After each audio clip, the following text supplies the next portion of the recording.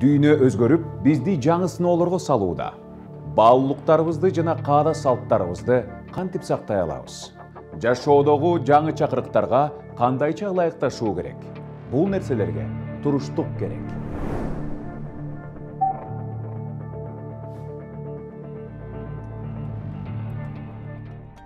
Арыбаңыз элим. Ден соолукта, амандыкта кайрадан сиздер менен жүз көрүшүп жатканыма кубанычтамын. Туруштук программасынын бул жолку чыгарылышында протокол деген эмне жана анын кандай күнгөй тескейи бар? Мына дал ушулар тууралуу кеп кылабыз. Менин атым Урмат Борченов. Биз баштайбыз.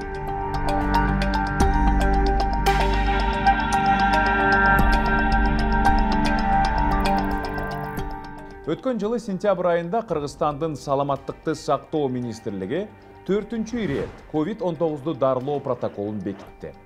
Бул протокол коронавируска каршы күрөштөгү кемчиликтерди жана топтолгон тажрыйбаларды эске алуу менен кабыл алынды.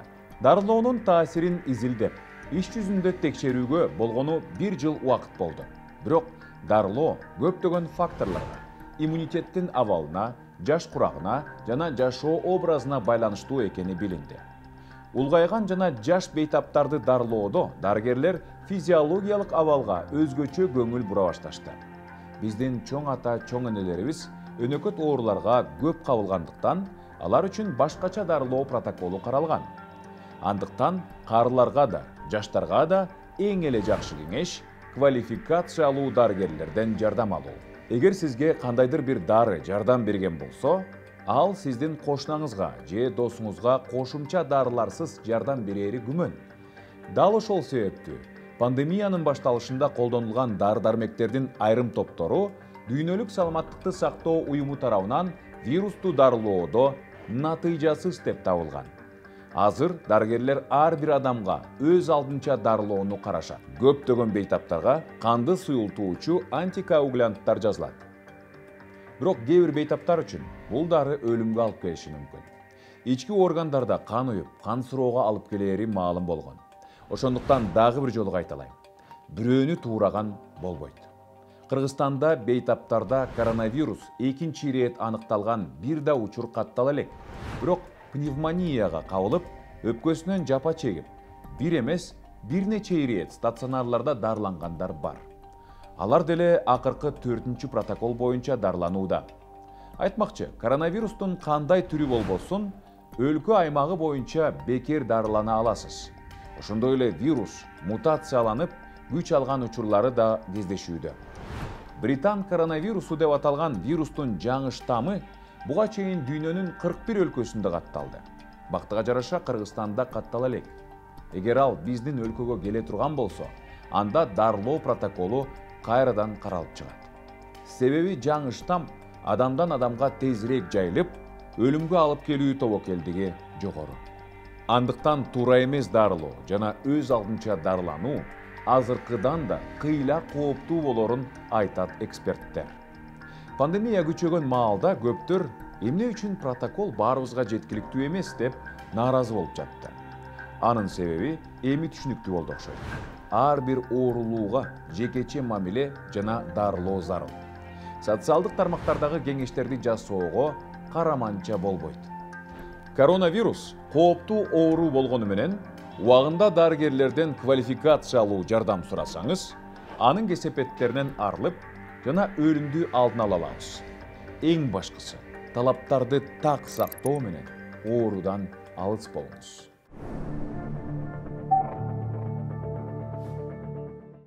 Берүүбүздү улантабыз, биз бүгүн көптөн бери айтылып жүргөн дарылоо протоколу деген эмне жана анда кандай эрежелер камтылганы тууралуу билүү үчүн Саламаттыкты сактоо жана социалдык өнүктүрүү министрлигинин медициналык жардам уюштуруу жана дары саясаты башкы башкармалыгынын башкы адиси Жакупбекова Айгүл Умарбековнага байланышка чыктык. Айгүл Умарбековна, саламатсызбы? Саламатсыздар. Айтсаңыз, деги эле дарылоо протоколу деген эмне жана алар бири-биринен кантип айырмаланат?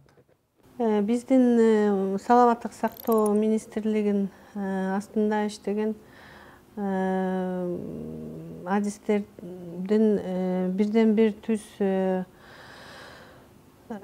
жумушу бул клиникалык стандартты бекитүү. анткени ар бир оорунун өзүнүн аныктоо жана дарылоо стандарттары болот. Ошол стандарттарды иштеп чыгуу жана аны бекитүү үчүн биз ошо жумушчу топ түзүп, ошо жумушчу топтун жумушун алып барабыз. Ошол жумушчу топ биздин белгилүү дарыгерлердин түзүлөт. Ошентип эле биз эметкенде баягы чогултуп, жумушчу топту чогултканда бүт тармактарынан алабыз. Ал врачтардан, анан жанагы лабораториялык службадан, анан дары тармактан ошо адистерди чогултабыз да. Анан ошо жумушчу топ аныктоо жана дарылоо боюнча ар бир оорунун ушундай клиникалык колдонмосун чыгарат. Ошону түзгөндөн кийин ошону министрликтин буйругу менен бекитилет. Анын негизинде клиникалык протокол түзүлөт. Ал кыскача клиникалык колдонмонун кыскача схема түрүндөгү кыскача маалымат да. Ал деген ошо биздин клиникалык колдонмону менен чогуу бекитилет. Ал клиникалык протокол. Башка өлкөлөрдө буга чейин 10дон көп протоколдор чыгыптыр. Бизде болсо 4 гана. Эмне үчүн? Эми убакытка жараша биринчиден баягы улам кийинки протоколго жаңы далилдүү медицина менен тастыкталган маалыматтар кирет. Ошентип баягы учурунда баягы биринчи протокол жасалып атканда көп маалымат жок болчу да. Мисалы баягы вируска каршы дарылар жөнүндө, алардын натыйжалуулугу жөнүндө, алардын коопсуздугу жөнүндө маалыматтар мынчалык азыркыдай кенен эмес болчу. Бул жаңы инфекция болчу. Баары бүт өлкөлөр үчүн бул жаңы инфекция болгон үчүн жаңы маалымат, жаңы далилдүү баягы өзүнө жараша ошо коронавирустук инфекцияны аныктоо боюнча же дарылоо боюнча маалыматтар улам чыккан сайын ошол улам кийинки версияга ошолор кирип атты. Биринчи версияда мисалы көп эле баягы антикоагулянттык терапия деп коебуз. Алар мисалы жок болчу биринчи версияда. Кийинчерээк ошо 3-4 версияга ошолор киргизилди. Анткени ошол тууралуу, ошо антикоагулянттык дарылар тууралуу, дары каражаттары тууралуу жаңы маалыматтар пайда болгон үчүн ошол дарылар кирип атты. Андан бөлөк жанагы аныктоо боюнча диагностикалык тесттер жөнүндө маалыматтар киргизилип атты. Бүт мисалы жаңы далилдүү медицина маалымат болсо эле ошону эле киргизип аттык да. Мисалы биз деле өзүбүз башыбыздан өткөрбөгөндөн кийин биз бирөөгө мисалы Кытайдын колдонмолорун колдондук башында. Ошо CDC деп коет, ошол баягы америкалык ооруларды контролдоо жана алдын алуу центри бар. Ошонун көп маалыматтарын колдондук. Ошентип баарын эметкенде ушундай болуп атты. Сразу баарын билген жокпуз да. Кээде мындай болгондо айрым дары-дармектер натыйжасыз деп табылып, бирок адамдарга жардам берген. Бул дал келүүчүлүкпү же адамдардын организминен көз карандыбы? Эми чынын айтканда бул мисалы вируска каршы азыркы учурда бир да дары каражаты тастыкталган эмес. 100% натыйжалуулугу менен анан коопсуздугу менен. Мисалы ошо биринчи учурда колдонуп жүргөн дарыларыбыз аябай баягы коопсуздугу аябай тайкы болчу да. Ошого булар алынды кийинки протоколдордон, улам кийинки колдонмолордон кийинки версияларынан алынды. Мисалы биринчи версияда биз ошо лопинавир, ритонавирди бүт өлкөлөр колдонуп аткан, бүт өлкөлөрдүн колдонмосуна кирген. ошого киргизгенбиз. Гидроксихлорохин деген дары бар болчу. Аны да киргизгенбиз, анткени биз өзүбүз баягы бүт илимий маалыматтын баарын тастыктап чыккандан кийин ушул эки дары бүт дүйнө жүзүндө колдонулуп атат. Бүт өлкөлөрдүн клиникалык колдонмосуна кирген үчүн ошону киргизгенбиз. Анан кийинчерээк эле ошо бул дарынын натыйжалуулугунан дагы коопсуздугу аябай мындай терс эме болду да. Ошон үчүн бул эки дарыны кийинки уже 3-чү версиясынан биз алганга туура чечтик. Өзүн өзү дарылоо кооптуу дейбиз, бирок квалификациялуу жардам жетиштүү эмес болсо, ооруну кантип алдын алса болот? Так айтканда, өз алдынча дарыланганга болбойт. Ал деген өтүшүп кетсе аябай мындай оор осложненияларга алып келе турган оору да. Ошого эртерээк кайрылып, тастыктап, диагностикасын жасап, анан ошо дарыгерлерге эле кайрылыш керек. Үйдө дарылоо самолечение деп коебуз. Самолечение деген болбойт. Негизи бул коронавирустук инфекцияны эрте диагностикалоо, эрте аныктоо, анан ошо алдын алып, сөзсүз дарыгерлерге кайрылуу керек. Ошондуктан эми аны кээ бир учурлар болот, жеңил өтөт ал оору, же мындай оор өтүшү мүмкүн. Ошого карап аныктап өзү дарыгерлер өздөрү билет да. Эми ошон үчүн могу колдонмо жасалган. Ошо клиникалык колдонмого жараша кылып туруп, анан жеңил өтсө ошо бир ошо диагнозуна жараша дарыгерлер өздөрү ошо бейтапты дарылаганга аракет кылат. Анткени ошо клиникалык колдонмого жараша болот. Жөнөкөй жарандардан дарыны алуу канчалык кооптуу? Негизи бул ар бир нерсенин өзүнүн маданияты болот да. Анан кийин дары дармекти деле, дары каражаттарды деле бирөөдөн алганга болбойт да. Мисалычы, негизи ар бир дарыны, особенно бул эмеде колдонулган коронавирустук инфекцияда колдонулган дарылардын баары рецепт менен берилчү дарылар. Рецепти жок аптекадан албаш керек буларды. Алган учурларда мына мен ушуну ичтим эле, ушу мага да жардам берди эле, сага да жардам берет деп баягы өз алдынча дарыгер болгондун да кереги жок. Ар бир бейтаптын өзүнүн организми бөлөк болгондон кийин анын дагы жанагы дарыга реакциясы, дарыга болгон баягы ответная реакция деп коебуз медицинада, ошонусу ар кандай болот. Ошондуктан биздин мындай, мен ойлойм, бардыгы эле туура көрөт. Бирөөдөн дары албаш керек дагы, и бербеш керек. Өзүң дарыландыңбы, ал дарыны коюп коюш керек. Эгер дарыгер ошол дарыны сунуштаса гана рецепт менен, ошондо гана ошо тууганың болобу, бир тууганың болобу берсең болот да.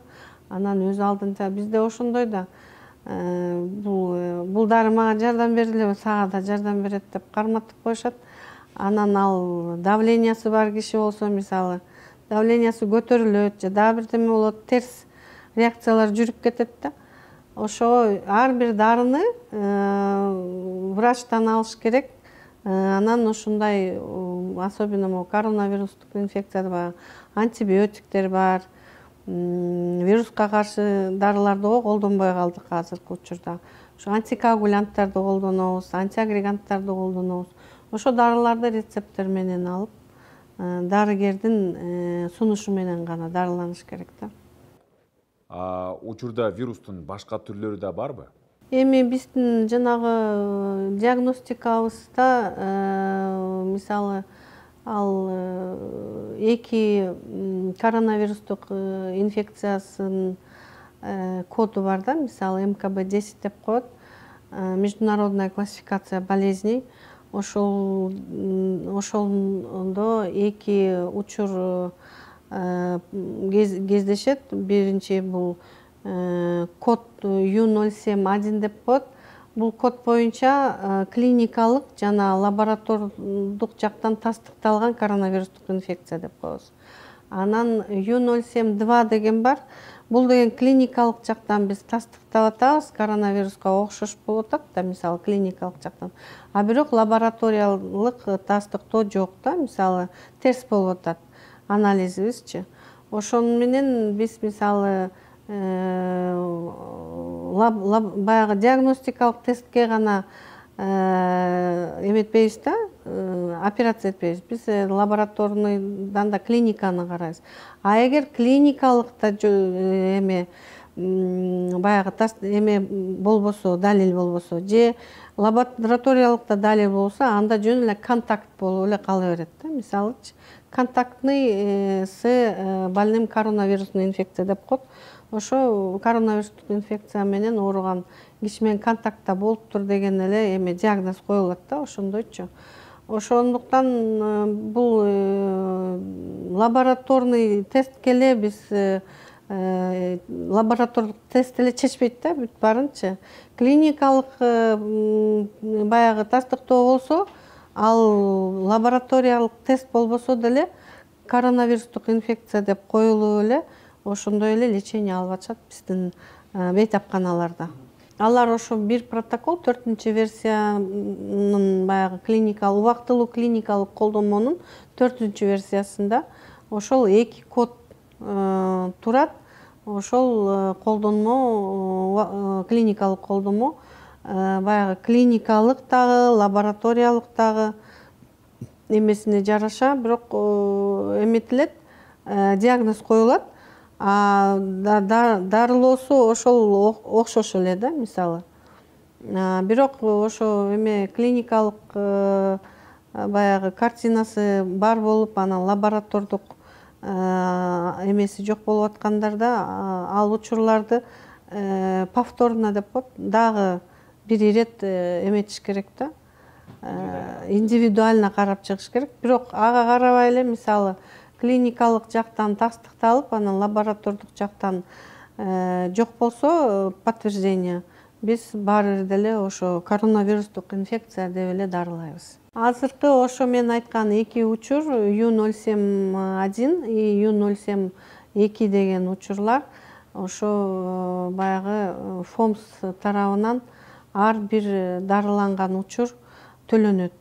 Ошого ушул коронавирустук инфекцияны дарылаган бул төлөнбөйт да, акысыз болуп жүрөт азыр. Ошо башынан эле ошондой. Азыр эл арасында вирустун түрдүү штамдары чыгып атканы тууралуу айтылып келет. Ошол эле Британ штаммынын Кыргызстанга келүү ыктымалдыгы канчалык деп ойлойсуз? Биздин эпидемиологдордун айтымына караганда, маалыматына караганда, 2 жолкулуу ооруган ал аябай мындай кездешпей турган нерсе деп айтылат да, негизичи. Анан жаңы штамдар пайда болуп атат, мутациясы жүрүп атат, британский штамм деп айтып атышат. Эми алардын баары ар бир вирустун баягы өзүнүн природасында турган нерсе да. Ар бир вирус ошондой мутировать этет, мутациясы болот. Ошого даже не только любой микроорганизм ушинтип мутация берет. Ошондуктан мисалы ошол бактериялар деле мутация болот да. Ошо биздин антибиотиктер бир учурда пайдалуу болуп туруп эле анан кийин пайдасыз болуп калган, натыйжалуулугу төмөндөп кеткен да ошодон да. Мисалы ар бир микроорганизм өзүнүн эмесинде баягы природасында турат, мутировать этет. Ал боло турган нерсе, ал күтүлө турган нерсе да. Эпидемиологдордун дагы, баягы дарыгерлердин дагы баягы күтүлө турган нерсеси да болчу. Учурда каттала элек. Эрежелерди сакташ керек. Эрежелерди баягы сакталбаса келип калышы деле мүмкүн. Убактыңызды бөлүп бизге маек бергениңиз үчүн ыраазычылык билдиребиз, Айгүл айым. Саламатта болуңуз. Чоң рахмат. Жакшы болуңуздар. Урматтуу көрөрмандар, биз менен байланышта саламаттыкты сактоо жана социалдык өнүктүрүү министрлигинин медициналык жардам уюштуруу жана дары саясаты башкы башкармалыгынын баш кадиси Жакупбекова Айгүл Умарбековна болду. Берүүбүздү улантабыз.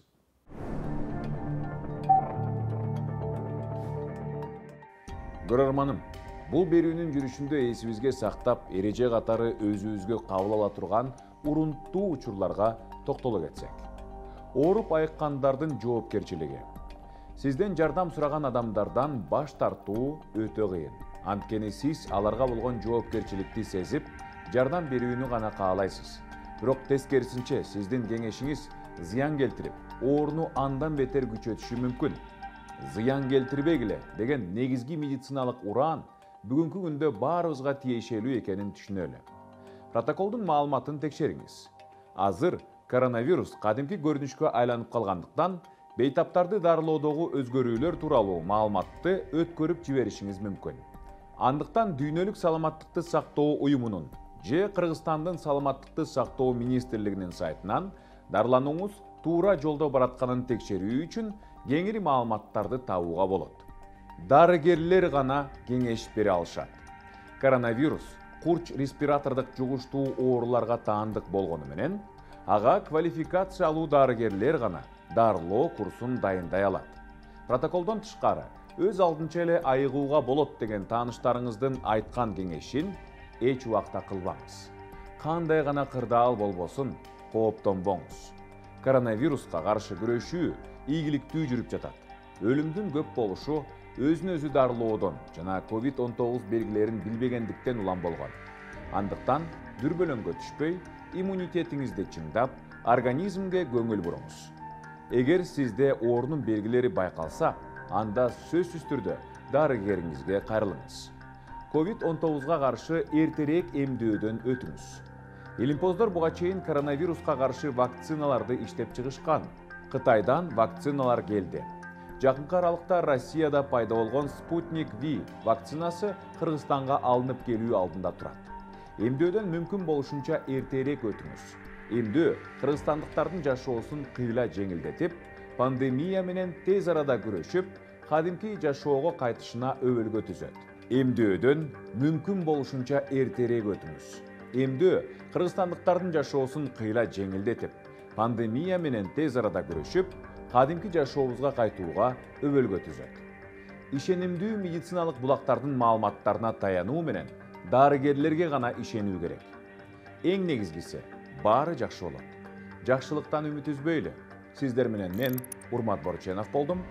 Келерки аптада кайрадан амандашкача сак-саламатта болуңуз.